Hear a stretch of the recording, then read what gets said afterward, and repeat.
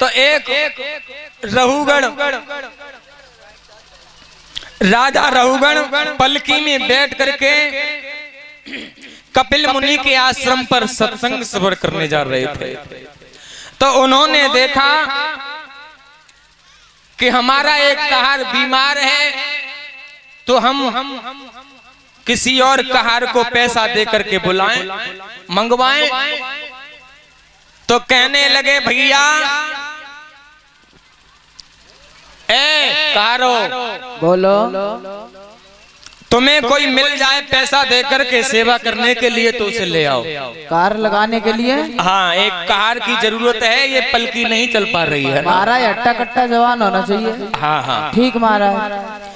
तो मेरे भगवत प्रेमियों आज वहां से चले, तो उन्होंने एक वृक्ष के नीचे बैठे देखे जड़ भरत। सो उनसे कहा है दद्दू बोलो, कैसे बैठे हो?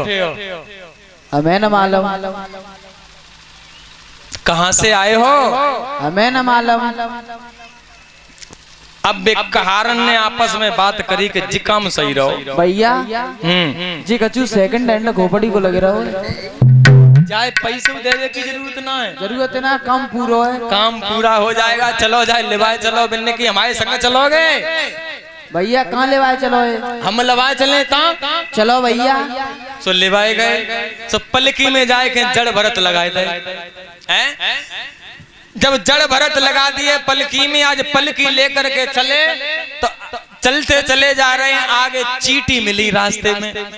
सो जड़ भरत जी ने नीचे नजर करके देखा तो चींटी दब रही थी। सो उन्होंने बचाए बचाए के चले, कुदक कुदक के उल उल के चले ना।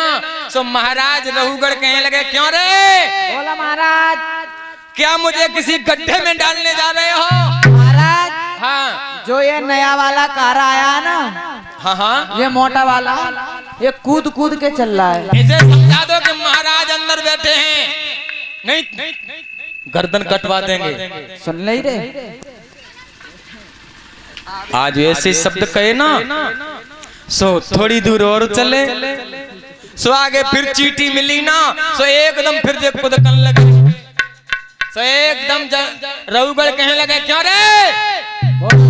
पलकी को नीचे उतारो, उतारो नीचे।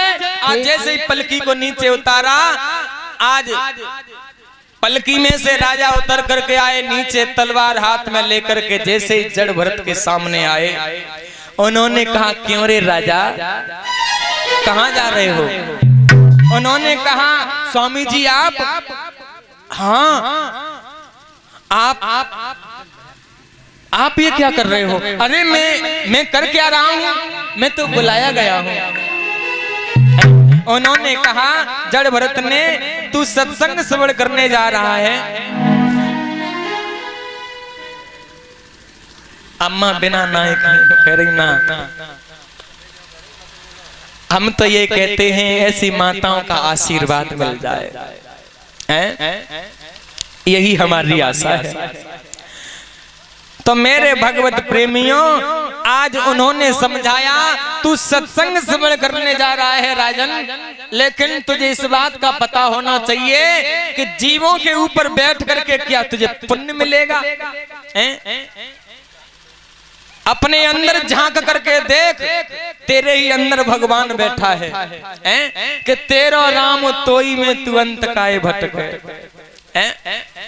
आज ऐसे सच्चा आत्मज्ञान दिया आज जड़ भरत जी ने। तो रहुगण वहां से पलकी में आए थे, पैदल पैदल अपनी नगरी के लिए चले गए। जब इंसान को सच्चा गुरु मिल जाता है, सच्चा शिक्षक मिल जाता है, शिक्षा देने वाला, तो किसी चीज की जरूरत नहीं पड़ती। मेरे भगवत प्रेमियों, जड़ भरत जी उसी जंगल में भ्रमण कर रहे थे। चोरों के सरदार ने देखा, दोस्तों हमने काली मैया के मंदिर में सौगंध दी है कि हमारा काम सफल हो जाए तो किसी मानव की बलि चढ़ाएंगे, और हमारा काम सफल हो गया तो अब हमें मानव की बलि चढ़ानी है, तो किसी मानव को लेके आओ। महाराज कब पकड़ के लिए आए? हाँ ठीक।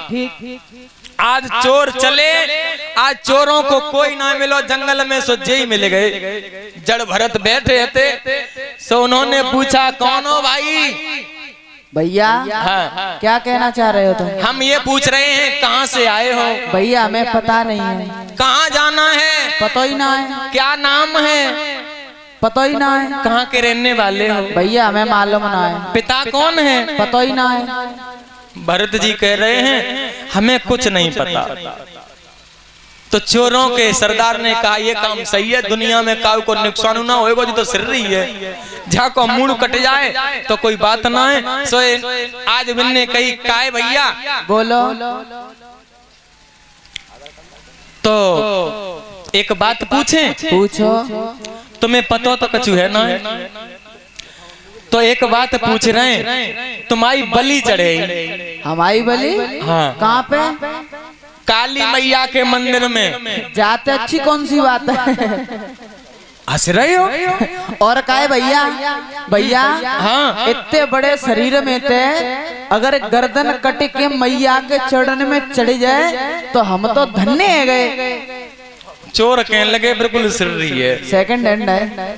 बिल्कुल सिर रही है ये, इसे कुछ नहीं मालूम, पागल है। तो पकड़ ले गए। सो जड़ भरत जी को हनवाओ धुजाओ बड़ी अच्छी तरह से, हैं? बड़े बड़े महंगे महंगे सेंट और तेल लगाए। सो जड़ भरत जी कहूँ तो सोचे कहूँ ऐसा तो ना ब्याह करे चाहता हूँ जी हमाओ, हैं? इतनी सेवा है रही है दमाद जैसी। सो अब जड़ भरत जी से कहा तुम्हारी कची इच्छा तो ना है? माई हाँ इच्छा है। मैया के दरबार में खड़े हो, तुम्हारी इच्छा हो तो हमें बताओ। हमारी इच्छा यही है, अगर तुम्हारी आज्ञा है जाए तो मंदिर में अंदर जाए कि हम 2 मिनट मैया से बात कर ले। ले मैया से बात कर रहे हो क्यों रे? पत्थर की देवी तो ते बात करेगी? हैं?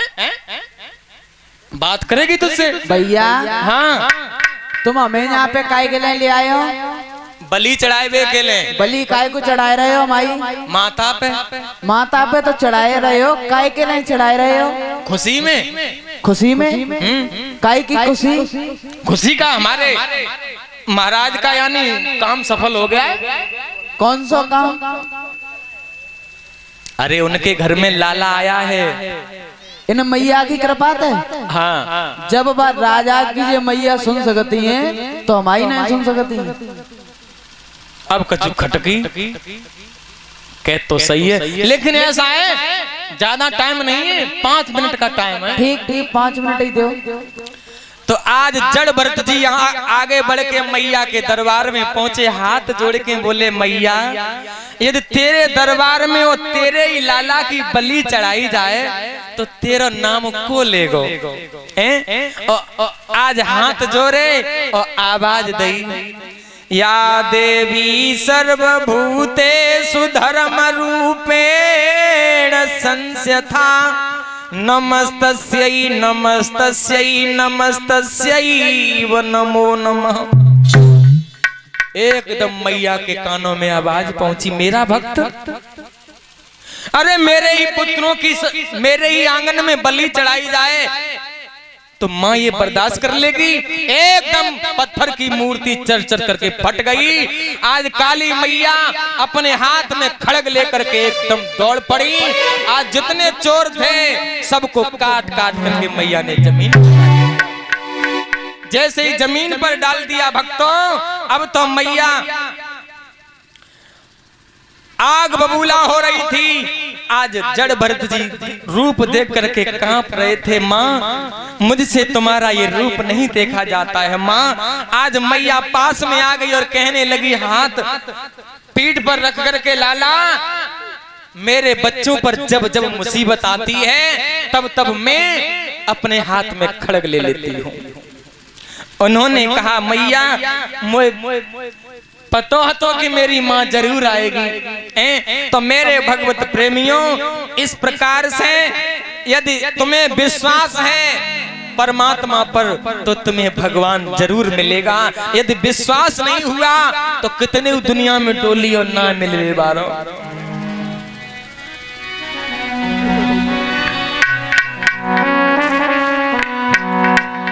एक दो लाइन का कीर्तन बोलो जिससे मन वाणी शुद्ध हो जाए।